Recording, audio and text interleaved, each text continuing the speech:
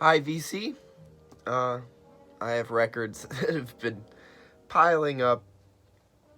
The last one that I got in the mail today, I was like, all right, too many. Gonna make a video. These first records are all, they're all kind of cheapos. I'm gonna go through them pretty fast. Probably not gonna say a lot about them. First, Orchestral Maneuvers in the Dark, Architecture and Morality, classic synth pop. Bought it because everyone likes it. Didn't click with me. Sorry. My favorite Santana album, Welcome, has Leon Thomas on it. Love Leon Thomas. He's on a lot of Pharoah Sanders stuff. Yeah, probably my favorite Santana album, Welcome. Pictures at an Exhibition, fill in the gaps of my ELP collection. Like this a lot, especially the HUD of Baba Yaga at the end. Fun one. This is a good one. Next, another one, sort of like Architecture and Morality. Bought it because it was cheap. Everyone likes it. Didn't click with me. Sorry. Supertramp, Crime of the Century. This for sure. This is a snooze fest. I love prog, but this is so boring. I know it's a classic, but I just don't get it. I can't stand this. And this is the Back on Black reissue. I got this for like $4 at McKay's. So if anyone wants a nice Back on Black reissue of Crime of the Century, hit me up. I am getting rid of this. And last of the cheap ones, if you know me, my favorite band, Genesis. Fill in the gaps of that Genesis collection as well. This album is amazing. The idea that Phil Collins took over as vocalist and immediately it all just went to crap. No. That's not really how it happened. If anything, if you've ever wanted a Selling England 2, this is probably what you want. Okay, that's all the cheapos. Here's the fun stuff. This is Blur, Park Life. Got this at McKay's for $9.95. It's a recent reissue. It sounds really good. And I love this album. I haven't listened to this album since I was in high school. But coming back to it, it's really, really wonderful. Some of the songs almost have kind of like a Smiths thing going on with them, like Tracy Jacks. Tracy Jacks has always felt very, frankly, Mr. Shankly to me. And buying this encouraged me to sort of revisit Blur, because I haven't listened to them in a while. They have a lot of good records, especially that last one, The Magic Whip. I think I bought that when it came out, and it really scratched that Blur itch for me. But yeah, this album is awesome. I'm going to look for 13, Think Tank, self-titled, all those. But yeah, Blur, Park Life, got it for cheap. Got Miles playing right now, Miles Ahead. I watched the documentary, and I agree. The Miles impersonator it really takes you out of it. Anyway, next record, Rainbow Rising. Love this album. Richie Blackmore, really cool guy. Cozy Powell, I always forget that Cozy Powell was in Rainbow. And it has Dio before he started singing like a cartoon character. I love Dio. I think he's an amazing vocalist. I just don't know why after like 1981 he just started singing different, because he sounds awesome on Heaven and Hell.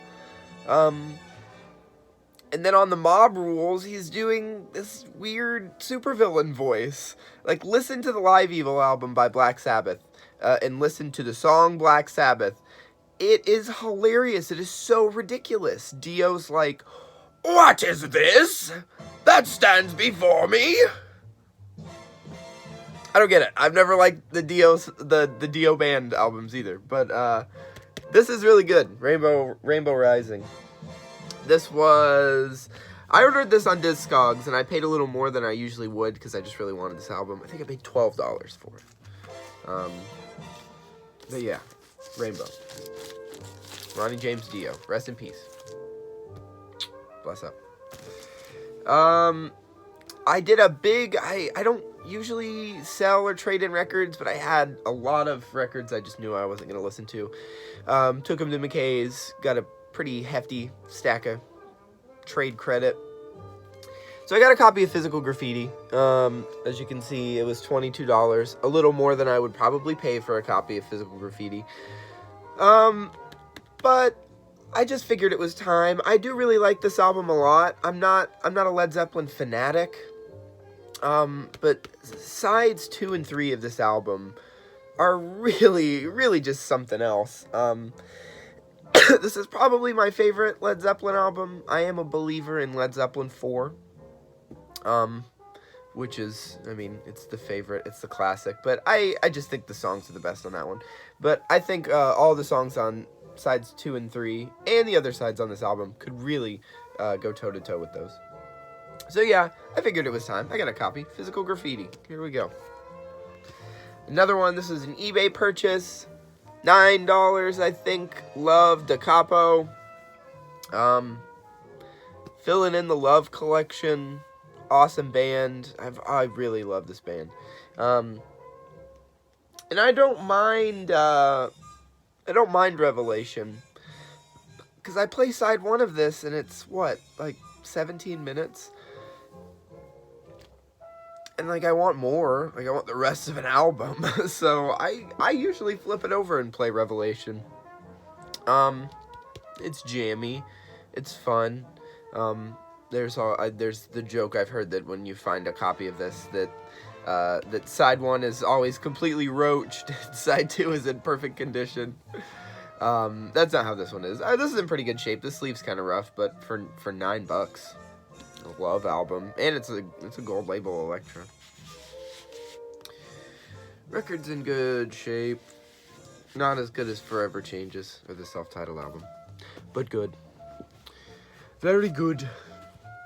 This is a big grail checked off my want list. I posted it in the VC. Billy Joe Shaver, old 5 and dimers like me. I'm sure really for any country fan, this is probably high up on a lot of people's want list. It was released on Monument. This is the repress, sadly. I wish it was the 73 one, but any copy of this I would be glad to have. Yeah, produced by Chris Christopherson. Way better than anything Chris Christopherson could manage to put out. Kind of, it's softer outlaw country. It doesn't, I don't know, there are some outlaw country artists where their sound is just a bit too, like Waylon. I'm not a big Waylon fan, I'm sorry. But this is softer, almost has kind of a singer-songwriter-y vibe. And I really like Billy Joe Shaver. He's a character.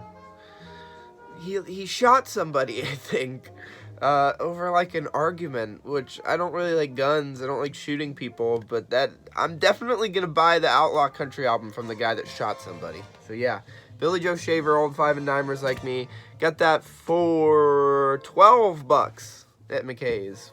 Way less than what you would pay for it online. So I'm happy about that. This was a flyer, blind buy, and I ended up really liking it. Pat Metheny, 8081.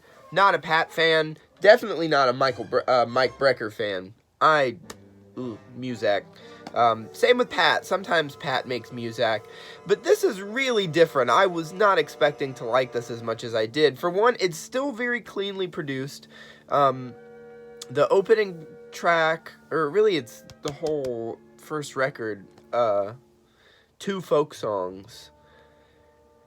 I didn't really know what was going to come of that, because it starts out Muzak-y, but it really goes somewhere else, which leads me to believe that I think I've been a bit dismissive of Pat, and I really will do my best to look into more of his records. So yeah, this is 8081, amazing lineup. I'm a Dewey Redman freak. I'll listen to anything with Dewey on it. And the Dewey songs are way better than the ones with Mike Brecker. But Mike fits well on here. I don't mean to completely count him out. Next up, a gift from Mi Corazon, who was featured in the last video about the psychedelic albums. She got me this Mary O'Hara album, Mary O'Hara's Ireland. It is autographed by Mary. says like shalom, Mary O'Hara. If you don't know who Mary O'Hara is, she is an Irish folk singer, specializes in traditional Irish folk songs. Kind of has like a Vashti Bunyan, Joanna Newsom sort of thing going on with the timbre of her voice. But it is very rooted in like that Irish folk music. But she is wonderful. And I hadn't heard this album before, so why not? So very, very grateful that Rosie picked this up for me. And it's autographed! Ah! Next, I'll Get Anything by Roland Kirk. Got this at McKay's in that same trade credit haul. $6 for this copy of Gifts and Messages. It is on Mercury. Beautiful red Mercury label. And it's great. It amazes me how much of Roland Kirk's music is awesome, because he was prolific. And really all eras of Roland Kirk, I think, have something interesting going on. I mean, even up till he died, he was making really quality stuff. One of the last albums he put out, Return of the 10,000 Pound Man, it is wonderful. And this album is really good too, a bit more grounded. I think this predates, what is it called? It's the one with Serenade to a Cuckoo on it. But it's on Limelight. But this is really good. Lots of fun horn playing, great songwriting. Sidney Bechet song on here. So, yeah. Roland Kirk, Gifts and Messages. Happy to have it. Great album.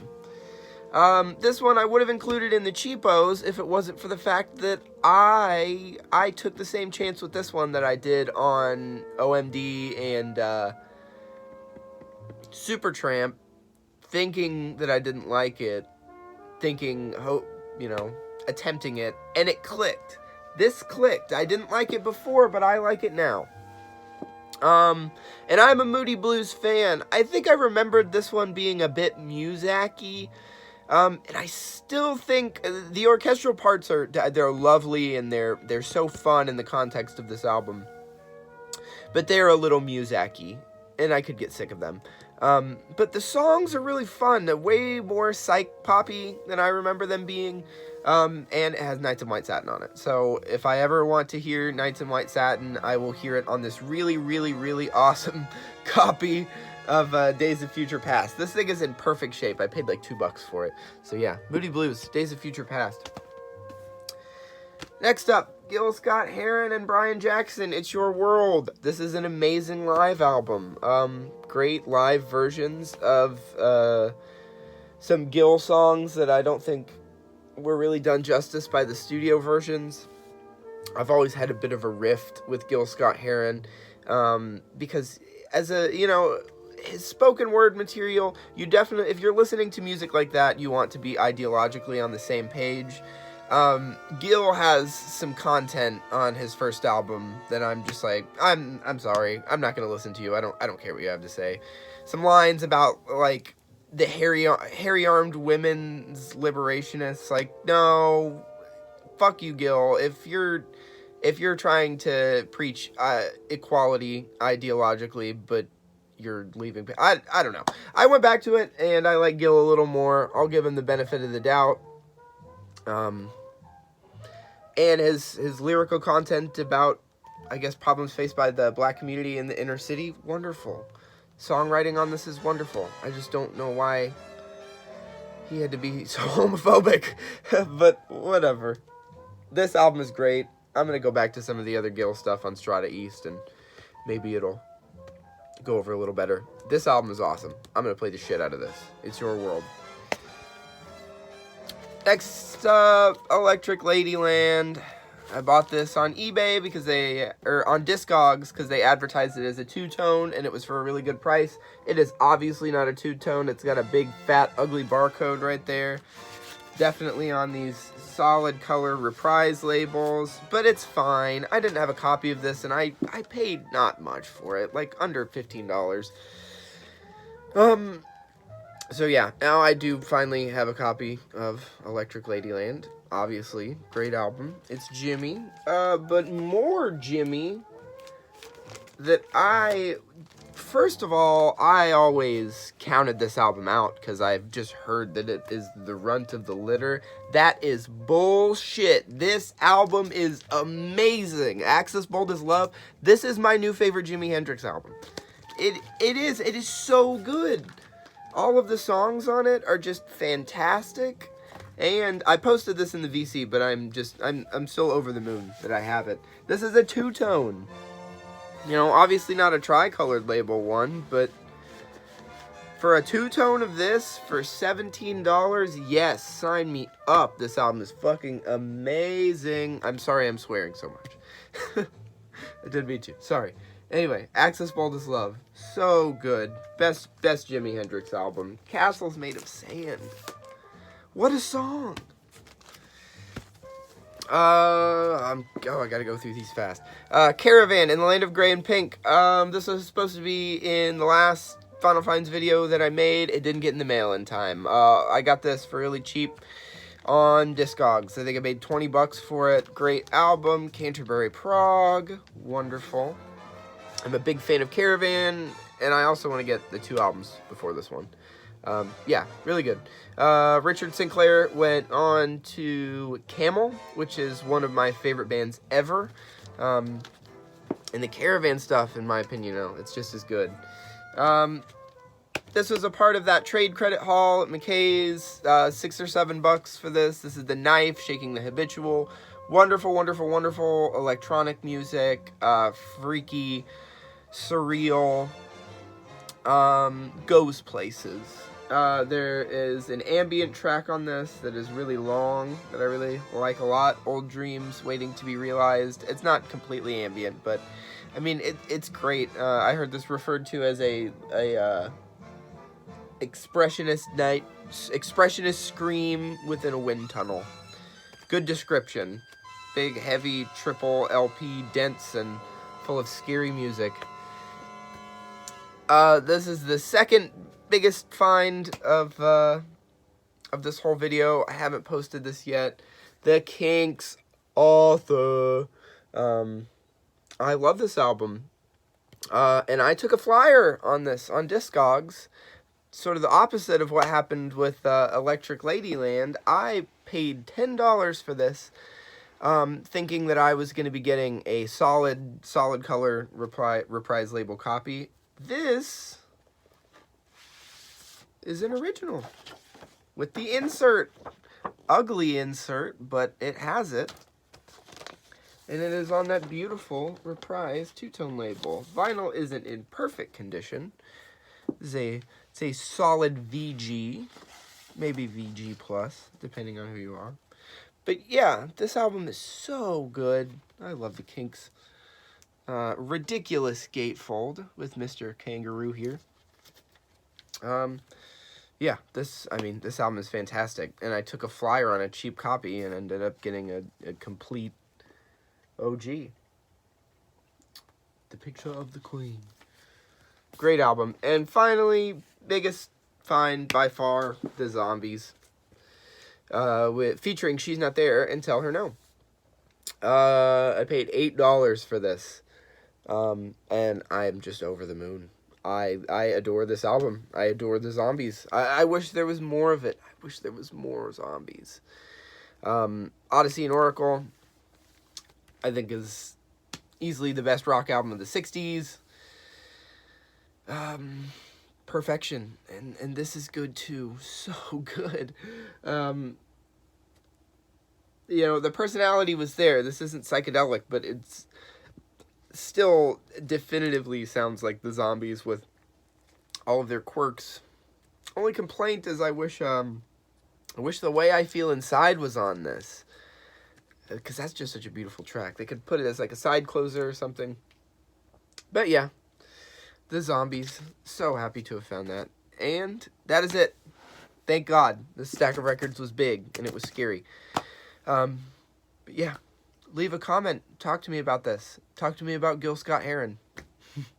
Thanks.